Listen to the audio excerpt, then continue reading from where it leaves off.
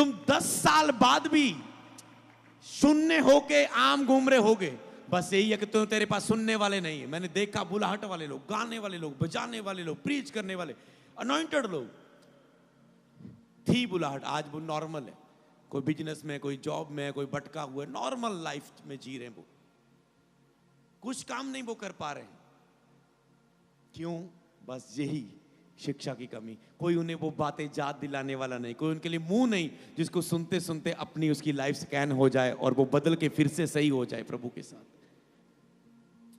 और उन्होंने अपनी लाइफ में, उस घटना ने उन्हें, सोचो एक बंदा मसाक होकर नॉर्मल लाइफ में आ गया, दोबारा उठा, फिर से प्रभु ने वहां पर खड़ा कर दिया। कितनी ताकत है कि आप पश्चाताप करके मन फिराएं, सुधरने का वायदा करें, प्रभु खड़ा कर देगा।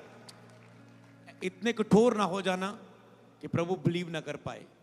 जैसे कुछ लोगों पर मुझे बिलीव है ये नहीं सुधर सकता, मैं परमेश्वर को तो चैलेंज नहीं करता, पर मुझे उन बंदों का पता है ये बंदा नहीं सेट होने वाला। समझ पा रहे? ये बंदा नहीं सुधरने वाला।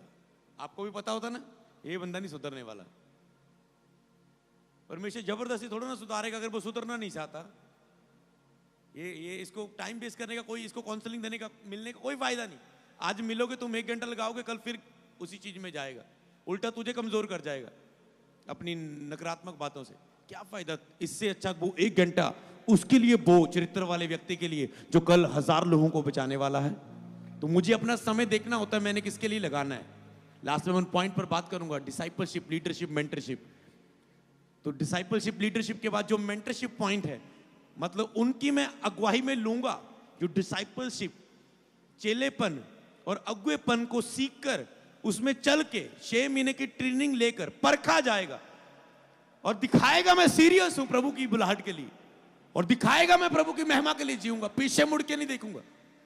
हर हालात आए, हो सकता है कई लोग फॉर्म भरेंगे, आज फॉर्म भरा, अगले महीने आएंगे, अगले 2 दिन में आएंगे, तीसरे महीने में गायब हो गए। क्या हो गया? चिंता पड़ गई थी, बिजनेस की, फैमिली बोल रही थी, दोस्त बोल रहे थे काम नहीं कर रहा कुछ, ये क्या करता जा रहा है। काम बढ़ गया, बिजनेस बढ़ गया, एक प्लानिंग आई और बिजनेस खोल लिया, उसमें फंस गए। मैरिज होगी, मैरिज के बाद बेबी हो गया, उसी में फंसे रहे। समझ पा रहे? बहाना।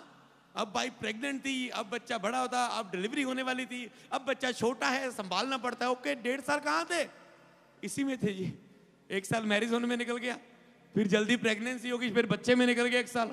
ये है झूठ का काम जो आज खड़े हो रहे हैं। अगर आपके पास मेंटर नहीं, आप समझ नहीं पाओगे, आप समय बर्बाद कर लेते हैं और आप भूल जाते हैं। इन्हीं चीजों के साथ रहकर अगर आपने प्रभु को बढ़ के नहीं दिखाया, वो आप पर बिलीव नहीं कर पाएगा। 2 और 5 सिक्के नहीं देगा, वो एक ही संभालेगा आपको, क्योंकि आपकी योग्यता ही इतनी है। जो प्रेशर में सेवा ना कर पाए, जो बहाने बनाए, प्रभु उसको ज्यादा योग्य नहीं समझ सकता। समझ पा रहे हैं? सोचो, प्रभु फिर से उठा सकता है लोगों को कि जो पश्चाताप करके बदलने का फैसला करे।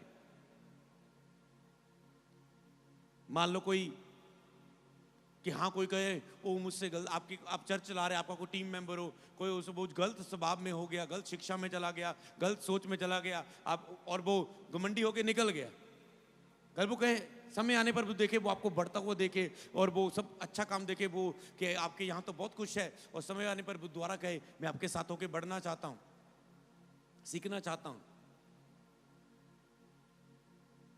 और आप क्या करेंगे? आप कहेंगे अगर तेरे अंदर मन बदला है, अगर तेरा स्वभाव बदल चुका है, मैं बिलीव ही नहीं कर सकता तेरे अंदर हैगा। अगर वो बातों से साबित करे कि नहीं, हाँ मैं यहाँ गलत, आज से मैं ऐसा नहीं बोलूंगा, पास्टर मैं आपके खिलाफ बोलता था, मैं और तरीके से बोलने लगा था, मैं ऐसे हो गया था। अब वो माने और कहे आज से मैं हम्बल होकर चलने के लिए तैयार हूँ, अब जहां मुझे बाथरूम में भी ड्यूटी दे दो, 1 साल चाहे वहीं रख दो, मैं तैयार हूं। आप कहेंगे यार बंदा बदला लग रहा है पूरा। समझ पा रहे हो? शब्द आपके क्या है? एक बंदा दोबारा ऐसे नहीं आ पाता। इसी तरह परमेश्वर एक व्यक्ति को दोबारा एक्सेप्ट, जिंदगी में कभी भी हो सकता है कि तुम डीले हो जाओ, मेरी बात को याद कर लेना उस समय। इसे बोलते शिक्षा। आपने ये बातें सीखे हुई हैं जब आपके आसपास घटनाएं होंगी। मैं हमेशा अपने स्पिरिचुअल फादर का धन्यवाद करता हूं कि जितनी, मान लो वो 15-20 साल जो आगे उन्होंने मेरे आगे सेवकाई की है, वो मेरी चीज सामने आने वाली है। तो जब मैं उनकी संगति में रहूंगा तो मैं उन बातों को सीखता हूं। समझ पा रहे? इसलिए जिन सालों में आपने निकलना है, कोई उम्र से मुझसे बड़ा हो सकता है, हाँ, उम्र से आपने 50 साल की सेवकाई की हो सकती है, 30 साल की सेवकाई की सकती है, मुझे अभी 8 साल होने वाले हैं, उम्र में आप बड़े हो सकते हैं, पर आपने, मान लो आपके पास अभी 50 लोग आ रहे हैं, आपको पता नहीं 100 लोग में कैसे सेवकाई चलानी है, जब 150 तो सेवकाई में क्या करना है, जब 300 तो क्या करना है, जब 500 तो क्या ख्याल रखना है, कैसे करना है, उसमें आप पीछे हो सकते हैं, क्योंकि आपने गैदरिंग नहीं देखी, आपने सेवकाई में साल बिताए, प्रैक्टिकल फील्ड में गैदरिंग में साल नहीं बिताए। तो जिसने गैदरिंग में साल बिताए हैं वो आपको बता सकता है जब तेरी गैदरिंग बढ़ेगी तो क्या करना है, कैसे करना है, समझ पा रहे हैं? ये है अगुवापन, जब अगुवाही आपको मिलती है, ये है मेंटरशिप। तो समझ पा रहे हैं? आपकी लाइफ में ये बहुत महत्वपूर्ण है। लात में सिखाया था, अगर आपकी लाइफ में एक सहायक, आप पवित्र आत्मा, सहायक आपकी वाइफ, सहायक आपका मेंटर, अगर ये 3 चीजें आपकी लाइफ में नहीं है, आप गिरोगे। मेंटर नहीं है, वाइफ नहीं है, वाइफ आपको सबसे ज्यादा ख्याल रखती है, आपको पास रहती, आपका हेल्प पास वाला हेल्पर है जो हमेशा आपको देखता है, आपकी कमियों के लिए बोल सकता है, आपकी गलतियों को देख सकता है, जान सकता है। आपका मेंटर जितना भी आपको सेवकाई में, आपको जहां जहां जो भी वो देखता है, सुनता है, जितना अपडेट देखो, उनको देख के बोल सकता है, कुछ प्रोफेटिक वर्ड दे सकता है। पवित्र आत्मा आपके और करीब है। आप पवित्र आत्मा के साथ रिलेशनशिप में नहीं है, आप बाकियों के साथ भी विश्वास योग्यता में नहीं चल पाओगे। होली स्पिरिट के साथ सही हो, आपके सारे रिलेशनशिप गुड रहेंगे, इसलिए पवित्र आत्मा के साथ सही रहो। समझ पा रहे हैं? लोग जो गिरे थे उन्हें प्रभु ने उठा दिया, जब उन्होंने कहा हाँ मैं अपनी कमियों पर काम करता हूं, उन्होंने साबित किया, देख प्रभु मैं बदल चुका, 1 2 6 महीने साल प्रार्थना की, प्रभु ने वो फिर से चीजें दी। हालेलुया। इसी तरह आपको इन चीजों को समझना है। कोई स्टाफ से गिरा दिए गए, कोई किस चीज में गिर गए, कोई पैसे में गिर गए, कईयों ने लालच कर लिया और कईयों ने प्रभु से वरदान ले लिए पर उपस्थिति खो दी। अब वरदानों से चलते रहे पर उपस्थिति को उन्होंने खो दिया अपनी लाइफ में। प्रभु ने कहा पुराने नियम के, तो भी मैं तुझे बोबन पर की सब वस्तुओं पर अधिकारी ठहराऊंगा, परंतु वह मेरे समीप ना आए। हाँ तुम काम करोगे भवन में, तेरी ड्यूटियां है, तुम जाजक का पद है तेरा, ठीक है, तुम वॉलंटियर होगे, तुम टेंट में होगे, तुम यहां होगे वहां होगे, तेरी ड्यूटियां, तुम सेवक होंगे, कर, पर मेरी उपस्थिति तेरे लिए नहीं। उपस्थिति के द्वारा चलना है तो आपको उपस्थिति के साथ साथ रहना सीखना है, वरदानों वाले नहीं, पवित्र आत्मा की उपस्थिति। ऐसा नहीं कि आप अपनी भविष्यवाणी के लिए आप प्रभु का वचन सुन पा रहे हैं, पर अपनी लाइफ के लिए कि मुझे कहां सेट करना है। समझे? वरदान ये है कि दूसरों के लिए आपके द्वारा बोल देंगे, चंगाई के लिए बोल देंगे, छुटकारे के लिए बोल देंगे, दुष्ट आत्मा को डांटेंगे, दुष्ट आत्मा निकल जाएगी। पर पर्सनल पवित्र आत्मा कि बेटा ये कमी दूर कर, ये गलती दूर कर, यहां सुधर जा, ये चीज का ख्याल रख, वो आवाज नहीं आएगी अगर उपस्थिति नहीं। तो आपको वो गिफ्ट चाहिए या उपस्थिति चाहिए? बताओ। जो नहीं बोले उनको क्या चाहिए? गिफ्ट, उपस्थिति, परमेश्वर की उपस्थिति के में आपको बोलना है, उपस्थिति चाहिए आपको। समझ पा रहे हैं? तो कौन से सेवक बनना है? चरित्र वाले या शरीर के? चरित्र वाले सेवक बनना है। तो उन्हीं चीजों को अपनाना, इन्हीं चीजों को अपनाकर चलना, आप बढ़ते रहेंगे। वचन को पढ़ेंगे लूका 6:27-33। तो ये हो गया, जैसा तुम चाहते लोग तुम्हारे साथ करें तुम भी वैसा ही करो। आगे पढ़ेंगे, यदि तू अपने प्रेम रखने वालों ही से प्रेम करो तो तुम्हारी क्या बढ़ाई, क्योंकि पापी भी तो अपने प्रेम रखने वालों से प्रेम करते हैं। अगर तुम प्रेम करने वालों ही से करते हो, यदि अपने भलाई करने वालों ही के साथ तुम भलाई करते हो तो तुम्हारी क्या बढ़ाई, क्योंकि पापी भी तो ऐसा ही करते हैं। समझ पा रहे? जीसस बता रहे तुम प्रेम करने वालों के साथ ही प्रेम करते हो। समझ पा रहे हो? सब लोग, कोई है मेरे लिए नफरत से भरा हुआ, मैं उससे अगर प्रेम करूं, प्रभु इस हद तक आपके अंदर चरित्र देखना चाहता है। कोई आप कहते ये बंदे ऐसे नहीं मुंह लगना मैं, समझ पा रहे हो? और वो कहोगे प्लीज प्लीज प्लीज 1 मिनट, समझ पा रहे?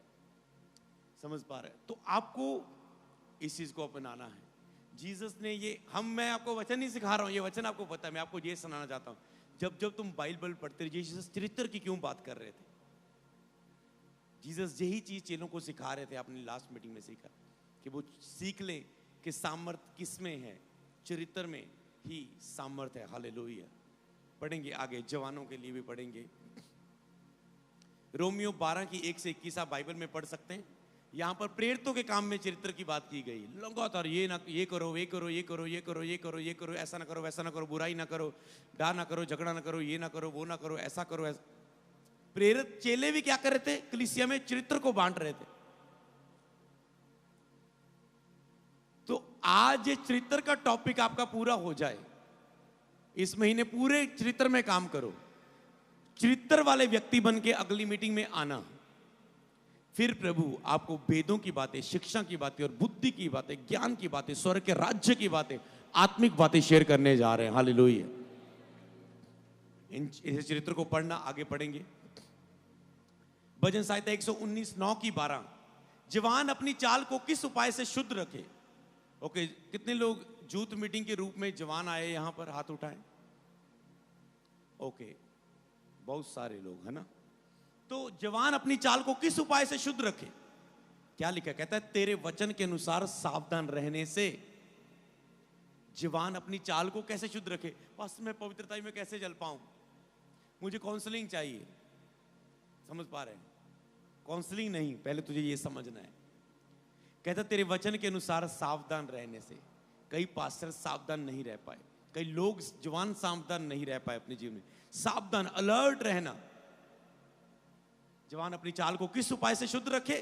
तेरे वचन को, मतलब बाइबल अधिक से अधिक पढ़ो, वचन को अधिक से अधिक सीखो, वचन को अधिक से अधिक सुनो, पढ़ो, सीखो, तो आप खुद ब खुद सावधान रहेंगे अपनी पवित्रता के लिए, अपने चाल चलन के लिए। हालेलुया। आगे पढ़ेंगे हम। मैं पूरे मन से तेरी खोज में लगा रहा, भजनकार कहता है। मुझे तेरी आज्ञाओं की बाट से भटकने ना दे। देखो, यहां से लोग भटके हैं। कहते मैं पूरे मन से तेरी खोज में लगा हूं। प्रभु, मैं पूरे मन से तेरी खोज में लगा हूं। ये उपवास प्रार्थना में आप खोज रहे हैं, ये 2 दिन प्रभु को आप खोज रहे हैं। मैं पूरे मन से तेरी खोज में लगा हूं। आपको भी ऐसे कहना है, मुझे तेरी आज्ञाओं से भटकने ना दे। यहां पर लोग भटके, यहां लोग गिरते। मुझे तेरी आज्ञाओं से भटकने ना दे। कब भटकते हैं? जब आज्ञाओं को सुनना बंद कर, बाइबल को कुछ समय के लिए नहीं पढ़ते, जब प्रार्थना कुछ समय के लिए बिल्कुल छोड़ देते। किस समय बहुत ज्यादा पढ़ेंगे, किसी समय बिल्कुल छोड़ देंगे। जब तक तुम संबंध स्थापित नहीं करते, तब तक तुम्हारी सेवकाई स्थापित नहीं होगी पवित्र आत्मा के द्वारा। ये याद रखो। जब तक संबंध स्थापित नहीं, तुम्हारा एक ही काम है, सेवकाई आपका विषय नहीं है। संबंध को स्थापित करना कि मैं पिछले 6 महीने से लगातार प्रभु के साथ संबंध में हूं। कोई पाप नहीं, कोई व्यभिचार नहीं, कोई बुराई नहीं। संबंध को स्थापित करो, सेवकाइयां स्थापित होंगी, कलीसियाओं की स्थापना होगी। हालेलुया। कहता मुझे तेरी आज्ञाओं से भटकने ना दे। तो इसलिए प्रभु की आज्ञाओं से कभी भी आपको भटकना नहीं है। लोग भटक जाते हैं, अगर आज्ञाओं से भटक गए आप गिर जाओगे, नहीं कुछ कर पाओगे। पढ़ेंगे आगे 11 में लिखा, मैंने तेरे वचन को अपने हृदय में रख छोड़ा है कि तेरे विरुद्ध पाप ना करूं। मैंने तेरे वचन को हृदय में रख छोड़ा है कि तेरे विरुद्ध पाप ना करूं। वचन को हृदय में रखना है कि आप पाप में ना गिरे।